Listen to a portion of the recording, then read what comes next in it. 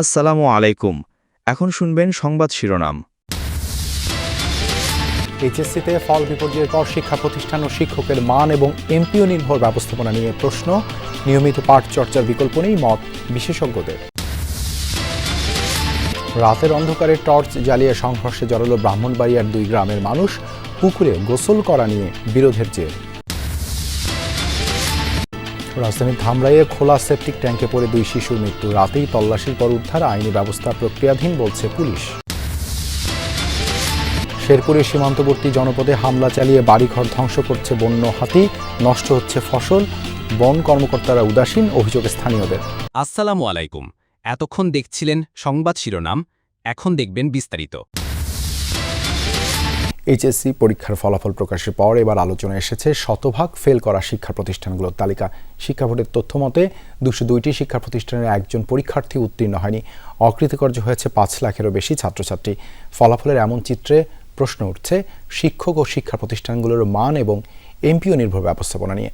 বিশেষজ্ঞরা বলছেন শিক্ষার্থীদের নিয়মিত পাঠ চর্চায় মনোযোগ ফিরিয়ে আনাই এখন সবচেয়ে জরুরি। ময়মনসিংহের ত্রিশাল উপজেলার হরিরামপুর গ্রামে সানাউল্লাহ আলিম মাদ্রাসার খোঁজে যমুনা টিভি। এবার আলিম পরীক্ষায় প্রতিষ্ঠানটি থেকে পাশ করেনি কেউ। কে কন্ট্রোল আইলো, অফিসার আইলো নাকি আইলো, এটা আমি দেখি দিনের বেলা, যে আসে তো আমি আসি। একই অবস্থা শতভাগ ফেল করা ত্রিশাল আইডিয়াল কলেজের। ঝুলছে সাইনবোর্ড, কিন্তু পড়াশোনার চিহ্ন নেই কোথাও। শিক্ষা বোর্ডগুলোর ফল বলছে এবার শতভাগ ফেল করেছে 202টি শিক্ষা প্রতিষ্ঠানের পরীক্ষার্থী। বিশ্লেষণে দেখা যায় এসব প্রতিষ্ঠানে পরীক্ষার্থীর সংখ্যা ছিল 1 থেকে সর্বোচ্চ 50 জনের মধ্যে, যাদের মূল লক্ষ্য এমপিও। আমরা মূলত ঝরে পড়া স্টুডেন্ট পাই, ভালো মানের কোনো স্টুডেন্ট পাই না। ভালো মানের স্টুডেন্ট যারা, তারা মানে এমপিভুক্ত কলেজে বা সরকারি কলেজে চলে যায়। স্কুল বা কলেজগুলোতে যারা শিক্ষকতা করেন তাদের একটা ইচ্ছা থাকে যে এমপিভুক্ত হওয়া, যাতে সরকারি সুযোগ সুবিধাগুলো পাওয়া যায়। এটি আসলে উদ্দেশ্যটা শুধুমাত্র এমপিভুক্তি হওয়া, এই জন্য যে ক্রাইটেরিয়াগুলো পূরণ করা প্রয়োজন সেটা পূরণ করা যদি হয়ে থাকে তাহলে শিক্ষার মূল উদ্দেশ্যটা আমাদের হবে না, আমাদের আমরা মূল উদ্দেশ্যটা আমরা পূরণ করতে পারবো না। সারা দেশে এবার 5 লাখ পরীক্ষার্থী ফেল করেছে। বিশ্লেষকরা বলছেন পড়াশোনায় গাফিলতি, খাতা মূল্যায়নের পদ্ধতিগত প্রয়োগ ও চলমান দেশের পরিস্থিতি সব মিলিয়েই ফল বিপর্যয়। পরীক্ষা পদ্ধতির এমন করা হয়েছিল যে খারাপ করার কোনো সুযোগ থাকছে না, এবং মূল্যায়নের সময় একরকম উৎসাহিত করা হতো যেন যাই লিখুক নাম্বার দেওয়া হয়। এখন বেশিরভাগ বাচ্চার হাতে, একদম 6 থেকে বাচ্চার হাতে চলে গেছে মোবাইল। সেই মোবাইলটা গার্জিয়ান কখনোই নিয়ন্ত্রণ করতে পারতেছে না। অলিতে গলিতে তারা শুধু প্রাইভেটে দিয়ে রাখছে বাচ্চাদের, কিন্তু কোনো গার্জিয়ান কোনো খোঁজ নিতেছে না। বাচ্চারা প্রাইভেটের নাম করে 1 ঘন্টা তারা বাইরে সময় নষ্ট করে পরে বাসায় যাচ্ছে, বলছে প্রাইভেট পড়ে আসছি। ব্রাহ্মণবাড়িয়ায় পুকুরে গোসল করা নিয়ে বিরোধের জেরে রাতের অন্ধকারে টর্চ জ্বালিয়ে 2 গ্রামবাসীর মধ্যে সংঘর্ষ হয়েছে। শুক্রবার রাতে সরাইলের ছোট দেওয়ানপাড়া ও হাওলাপাড়া গ্রামের বাসিন্দারা এই সংঘর্ষে জড়ায়। প্রত্যক্ষদর্শীরা জানায় দুপুরে হাওলাপাড়া গ্রামের তাইম ও তার বন্ধুরা দেওয়ানপাড়ায় শাকিলদের পুকুরে গোসল করতে যায়। এ সময় শাকিল ও শিপন সহ আরও কয়েকজন তাদের মারধর করে। বিষয়টি জানাজানি হলে রাতে 2 গ্রামের লোকজন দেশীয় অস্ত্র নিয়ে সংঘর্ষে জড়ায়। এ সময় উভয় পক্ষের অন্তত 30 জন আহত হয়। খবর পেয়ে পুলিশ ঘটনাস্থলে গিয়ে পরিস্থিতি নিয়ন্ত্রণে আনে। ঢাকার ধামরাইয়ে খোলা সেপটিক ট্যাঙ্কে পড়ে 2 শিশুর মৃত্যু হয়েছে। তারা 2 জন সম্পর্কে মামাতো ও ফুফাতো ভাই। শুক্রবার রাতে ধামরাই পৌর শহরের ছোট চন্দ্রাইল মহল্লায় এই ঘটনা ঘটে। পুলিশ ও স্থানীয়রা জানায় গতকাল বিকেলে বাসা থেকে খেলতে বের হয় ইয়াসিন এবং আব্দুর রহিম। সন্ধ্যার পর বাড়ি ফিরে না আসায় তাদের খোঁজাখুঁজি করে পরিবারের সদস্যরা পরে বাড়ির পাশে একটি ভবনের খোলা সেপটিক ট্যাঙ্ক থেকে তাদের মরদেহ উদ্ধার করা হয়। এ বিষয়ে আইনানুগ ব্যবস্থা প্রক্রিয়াধীন রয়েছে বলে জানিয়েছে পুলিশ। চট্টগ্রাম বন্দরে প্রবেশ ফি 57 টাকা থেকে 230 টাকা করার প্রতিবাদে প্রাইম মুভার চলাচল বন্ধ রেখেছে মালিকপক্ষ। সকাল থেকে বন্দরে প্রবেশ করেনি প্রাইম মুভার। এতে ব্যাহত হচ্ছে কন্টেইনার হ্যান্ডলিং ও পণ্য সরবরাহ।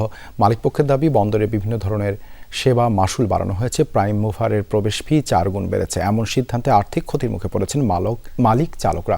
বলছেন প্রবেশ ফি কমিয়ে আনতে হবে। এদিকে প্রতি 20 ফুটি কন্টেইনারের ট্যারিফ ধরা হয়েছে 16,243 টাকা, যা আগে ছিল 11,849 টাকা। এতে গড়ে প্রায় 37% ট্যারিফ বৃদ্ধি হয়েছে। এছাড়া প্রতিটি কন্টেইনার ওঠানামার ক্ষেত্রেও প্রায় 3,000 টাকা বাড়তি খরচ যুক্ত হয়েছে। এর প্রতিবাদ জানিয়েছে বন্দর ব্যবহারকারী ব্যবসায়ী সহ সকল প্রতিষ্ঠান। শেরপুর সীমান্তবর্তী জনপদে বন্য হাতির আক্রমণের ঘটনা বেড়েই চলেছে। বনাঞ্চল উজাড় হয়, খাদ্য সংকটে লোকালয়ে চলে আসছে হাতির পাল, ধ্বংস করছে বসতবাড়ি, নষ্ট করছে ফসল। বেপরোয়া হাতির আতঙ্কে কাঁচা থাকতেই ধান কেটে ফেলছেন কৃষক। এ বিষয়ে বন কর্মকর্তাদের উদাসীনতার অভিযোগ স্থানীয়দের। শেরপুরের সীমান্তবর্তী উপজেলা শ্রীবর্দী নিয়মিতই চলছে বন্য হাতির তাণ্ডব। একই অবস্থা ঝিনাইগাতি ও নালিতাবাড়ী উপজেলারও। আমন মৌসুমে গত কয়েকদিনে নিয়মিত তাণ্ডব চালাচ্ছে বন্য হাতির দল। 20টা 50টা 40টা এরকম করে আসে, আগুন দাঁড়াদাঁড়ি করে পাহাড়ও ঢুকে আবার আয় নামে, এটা করে খুব ক্ষয়ক্ষতি করে আঙুরে। ঘর আসিল ঘরটা হাতে চুরমার করে ভাঙি নিয়ে গেছে, ভাঙি ঠিক গেছে। ভারতের পাহাড়ি রাজ্য মেঘালয় থেকে প্রায় নেমে আসা হাতির পাল নষ্ট করছে কৃষকের ফসল, ধ্বংস করছে বসতবাড়ি। ফসল রক্ষার্থে সীমান্তবর্তী অন্তত 40 গ্রামের মানুষ নির্ঘুম রাত কাটাচ্ছে। একটা বসতবাড়ি ভাঙ্গি ফেলাইলে ওই বসতবাড়িটা করতে অনেক কষ্ট লাগে। 15-20 দিন থেকে আমরা ঘুম পাড়তে পারতেছি না। কখন কুতি হাতে খেয়ালাই করে এই কারণে আমরা ভয়ে আগে কাঁচাই কাটিয়ে হালাইতেছি। বন বিভাগের তথ্য বলছে গত 15 বছরে হাতির আক্রমণে প্রাণ হারিয়েছে 85 জন মানুষ, আর প্রতিরোধে মারা গেছে অন্তত 40টি হাতি। সংশ্লিষ্ট কর্মকর্তারা বলছেন নিয়মিত ক্ষতিপূরণ দেওয়ার কথা, কিন্তু স্থানীয়রা বলছেন জমির কাগজপত্র সংক্রান্ত জটিলতার কারণে তারা সহায়তা পান না। হাতি যদি কোনো কারো ক্ষতি করে বা কোনো মানুষকে হত্যা করে, আমরা 3 কর্মদিবসের মধ্যে তার ক্ষতিপূরণটা দিয়ে দিচ্ছি। নিজের জীবনের ঝুঁকি নিয়ে হাতি তাড়ানোর কোনো প্রয়োজন নাই। এই ক্ষতিগ্রস্তের জন্য আমরা ক্ষতিপূরণ দিবে এই বইলা তো প্রত্যেক বছর বইলা যায়। তারপরে ওনারা বলতেছে ডিপার্টমেন্টের জায়গা হইলে পাবেন না, রেকর্ড হইলে পাবেন। আমগর ক্ষেত খোলা সব খাই শেষ হয়ে গেল গা, আমরা পাই না তো, আমরা কোনো অনুদান পাই না। হুদায় মিছা কথা কই লাভ আছে? যদি মরে জায়গা তাহলে এই টাকা দিয়ে আমরা কি করবো কর? যে মারা গেছে হেতে মারা গেল গা, হেতে টাকা পয়সা আর খাইতে পারলো না। গত কয়েকদিনে সীমান্তবর্তী 3 উপজেলায় অন্তত 7 থেকে 8 হেক্টর জমি নষ্ট করেছে বন্য হাতির দল। কৃষি অফিস বলছে এ ব্যাপারে ঊর্ধ্বতন কর্মকর্তাদের সাথে নিয়মিত যোগাযোগ রাখছেন তারা। পাশাপাশি বন বিভাগ থেকেও সীমান্তবর্তী যে এরিয়াগুলোতে সেখানে বন্য হাতির আবাসস্থল রক্ষায় তারা সচেষ্ট আছে। আমরা কৃষি বিভাগ তাদেরকে এই বিষয়ে প্রয়োজনীয় পরামর্শ প্রদান করতেছি। জনসংখ্যার চাপসহ বিভিন্ন কারণে বনে মানুষের বিচরণ বেড়ে যাওয়ায় হাতির তাণ্ডব বেড়েছে বলে মনে করছেন বিশ্লেষকেরা। এনসিপির কেন্দ্রীয় কার্যালয়ে সংবাদ সম্মেলন করছেন দলটির নেতারা। সরাসরি চলে যাচ্ছে সেখানে। এটা নিয়ে আমাদের কোনো আপত্তি নেই, সেটা আনুষ্ঠানিকতা তারা করেছে তাদের বিবেচনায়, কিন্তু আমরা বলছি এখন এটার আইনি ভিত্তি দিতে হবে। আইনি ভিত্তির মাধ্যমে এটি অর্থবহ হবে, এছাড়া এর কোনো অর্থ থাকবে না। ফলে সরকারের প্রতি আমাদের আহ্বান, রাজনৈতিক দলগুলোর প্রতি আহ্বান এবং জনগণের প্রতিও আমাদের সেই আহ্বান রয়েছে। জনগণ কালকে এটা দেখেছে, পুরা অনুষ্ঠানটাই দেখেছে।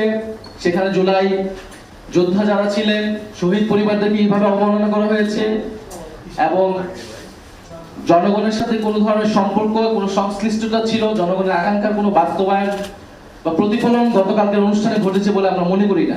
বরং এটি তখনই ঘটবে জুলাই গণঅভ্যুত্থানে অংশ নেওয়া ছাত্র জনতার সার্বভৌম অভিপ্রায় হিসেবে যখন প্রফেসর মোহাম্মদ ইউনূস একটি আদেশ জারির মাধ্যমে এর আইনি ভিত্তি তৈরি করবে এবং সেই ভিত্তি অনুসারে গণভোট এবং পরবর্তী নির্বাচিত সংসদ এবং গণপরিষদ একটি নতুন সংবিধান তৈরি করবে।